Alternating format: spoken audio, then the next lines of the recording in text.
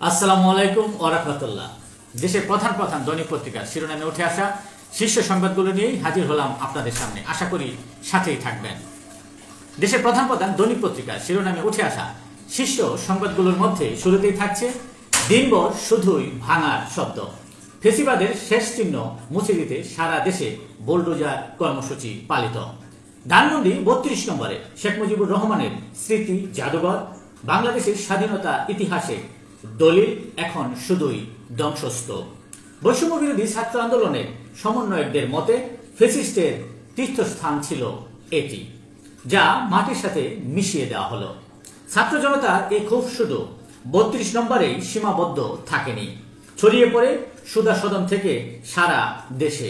ভাঙচুর, অগ্নিসংযোগ, লুটতরাজ করা হয় সাবেক রাষ্ট্রপতি আব্দুল হামিদ, ময়ূর আহমেদ, ওবায়দুল কাদের, তোফায়েল আহমেদ, হাসনাত আবদুল্লাহ, আমির হোসেন আমু, শামীম ওসমানের দাদার বাড়ি সহ বিভিন্ন আওয়ামী লীগ নেতাকর্মীর বাড়ি।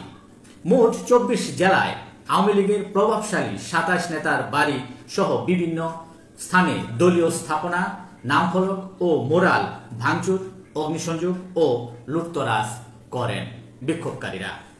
অন্তর্বর্তী সরকারের প্রধান উপদেষ্টার প্রেস উইংয়ে বিজ্ঞপ্তিতে বলা হয়েছে ৩২ নম্বরের ভাঙচুর অনভিপ্রেত এবং অনাকাঙ্ক্ষিত। হাসিনার উস্কানি থেকেই ক্ষোভের বহিঃপ্রকাশ।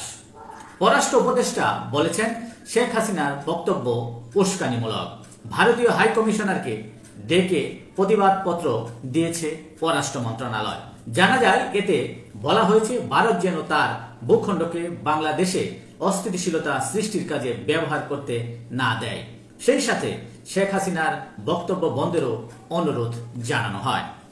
অন্যদিকে সন্ধ্যায় বিক্ষোভকারীরা ধানমন্ডির ৩২ নম্বরে গরু জবাই করে ভুরিভোজ করেন। জামায়াত ইসলামের আমির ডক্টর শফিকুর রহমান বলেছেন, সার্বিক পরিস্থিতির জন্য হাসিনা দায়ী।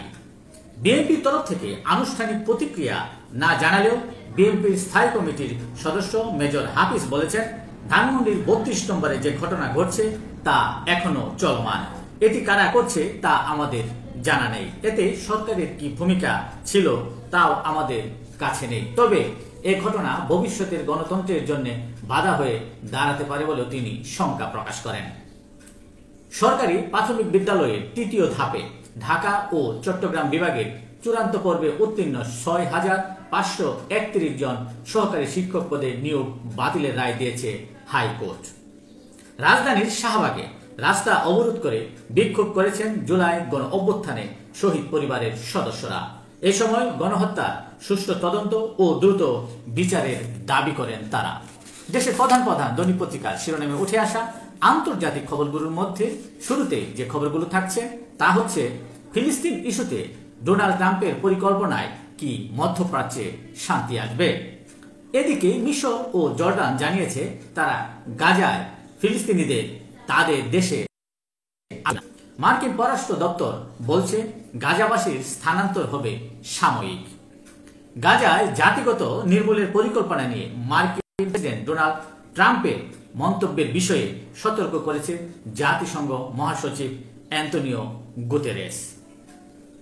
ইসরায়েলের ফিলিস্তিনি নিধন পরিকল্পনা অনুসরণ করছেন ডোনাল্ড ট্রাম্প বলে অভিযোগ করেছে ইরান। উত্তর কোরিয়ার ক্ষেপণাস্ত্র সক্ষমতা বৃদ্ধি পাচ্ছে।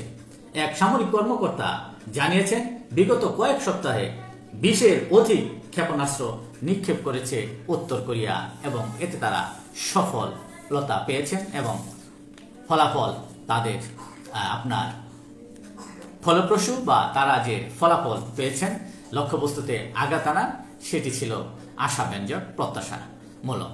এই ছিল দেশের প্রধান প্রধান দৈনিক পত্রিকার শিরোনামে উঠে আসা শীর্ষ সংবাদ, যা নিয়ে এতক্ষণ আপনাদের মাঝে উপস্থিত ছিলাম। আশা করি আপনাদের ভালোই লেগেছে। সার্বিক খবরের বিবেচনায় যদি আপনাদের কোনো অভিমত, অভিব্যক্তি, সমালোচনা কিংবা কোনো পরামর্শ থেকে থাকে তাহলে অবশ্যই কমেন্টে জানাবেন।